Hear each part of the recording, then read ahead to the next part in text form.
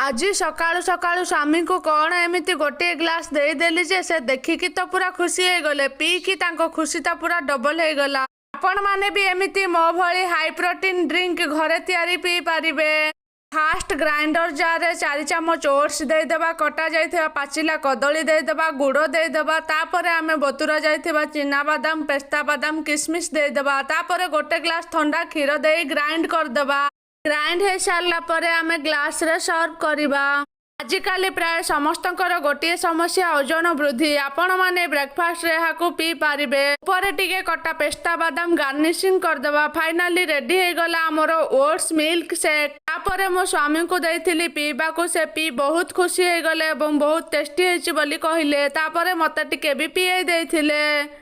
Please सांग माने कंजूस न करी गोटे लाइक गोटे शेयर निहाती करिवे। जदि चैनल नुआ सब्सक्राइब करिवे, कमेंट रे मतामत देबे। जय जगन्नाथ।